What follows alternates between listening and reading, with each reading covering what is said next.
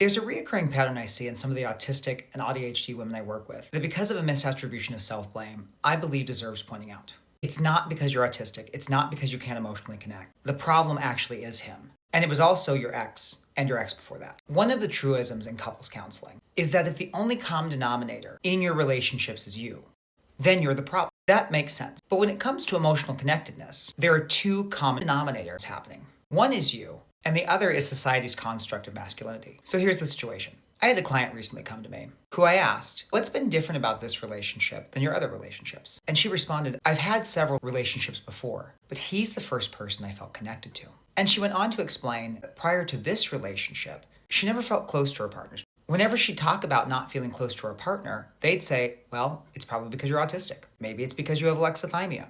And what broke my heart in hearing this is, from what I could tell, she was very emotionally connected, very wanting to give and receive love. But what I've seen happens for autistic women is there's this very men are supposed to receive love and women are supposed to give love model. And in this model, what happens is two people meet and at first they're in limerence. And limerence is the space where you find someone attractive and basically you project onto that attractive canvas all the things you like about a person. You make a bunch of assumptions about who they are, what their motivations are. And there's so much new relationship energy that you're not really falling in love with that person. You're falling in love with your idea of that person, given a limited amount of information.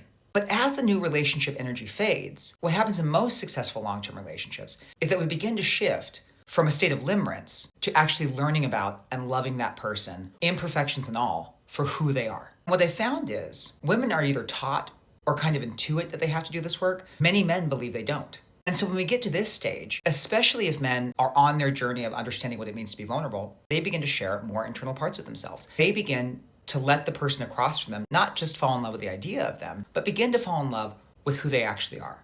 They let them learn about them, which is incredibly important for vulnerability and relationship building. But then they think that's it. They think, okay, I've shared who I am, they've learned about me, they can now love and care for me. But they get stuck because they think showing up as they showed up in the first 2 weeks, 2 months, or 2 years is the same way they'll need to show up for the rest of the relationship. And so when the female partner starts to share who she really is, the man goes, oh no, I don't want that. I want to stick with my idea of you because the actual fullness of you is too much. And as the woman pushes through that, the man withdraws. And eventually, the woman feels like she's learned and is attuned specifically to her partner, while she feels like her partner isn't attuned to her at all. This is the gap in closeness that the women I work with are actually experiencing. It's not that they're broken. It's not because of their autism. It's because of the societal imbalance and expectations of what men and women are supposed to do in relationships. If you're stuck in this belief or have been made to feel that asking your partner to learn about you means you're demanding too much, that's not true. What's been your experience with a lack of emotional reciprocity in your relationship? I'd love to hear from you.